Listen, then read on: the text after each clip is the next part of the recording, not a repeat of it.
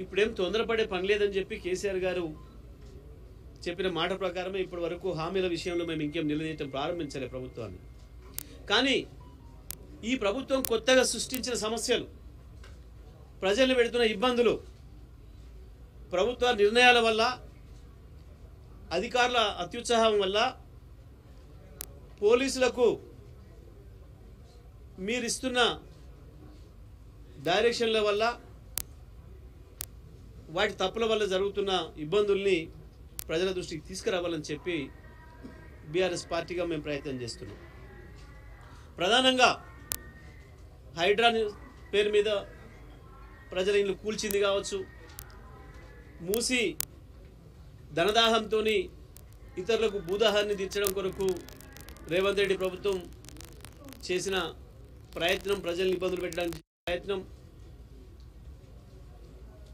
దాంతోపాటు లగచర్ల ఇతర ప్రాంతాల్లో రైతుల భూములు గుంజుకోవడానికి ప్రభుత్వం ఏదైతే ప్రజల మీద దాడి చేస్తుందో, ప్రజల్ని హింస పెడుతుందో, ఈ విషయంలో మేము బయట పోరాటం చేసినాం, ఆ రైతులకు మద్దతుగా నిలబడ్డాం. ఇవాళ శాసనసభలో కూడా ఏదైతే మొన్న లగచర్ల రైతులకు బేడీలు వేసినరో, ప్రత్యేకించి ఒక రైతు గుండెపోటు వస్తే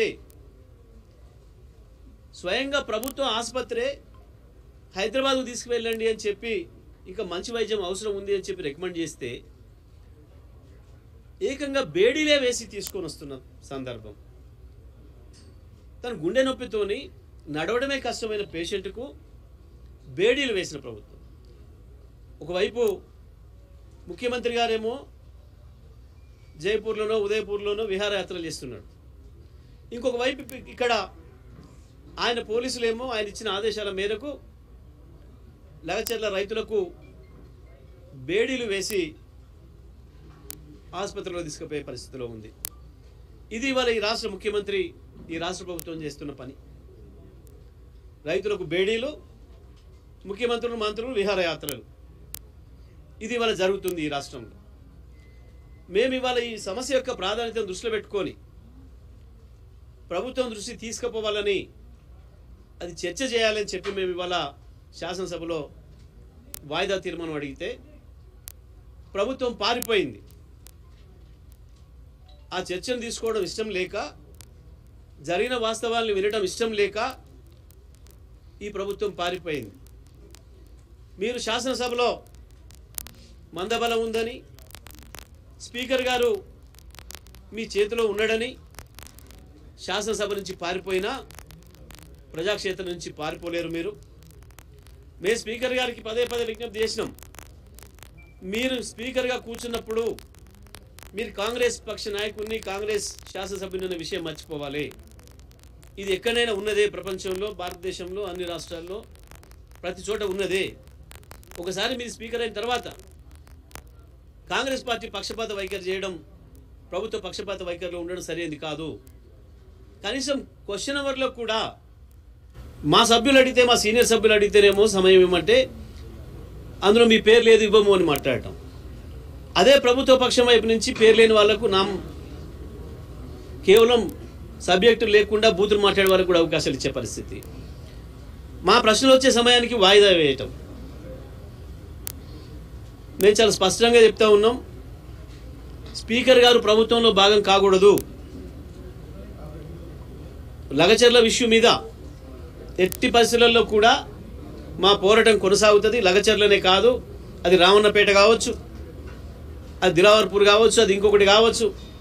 రాష్ట్రంలో ఈ ప్రభుత్వం చేస్తున్న హింసాత్మక సంఘటనలన్నింటినీ కూడా, ప్రజల్ని ఏదైతే హింస పెడుతున్నారో వాటన్నిటి విషయంలో కూడా మేము పూర్తి స్థాయిలో ప్రజల వెంట ఉంటాం.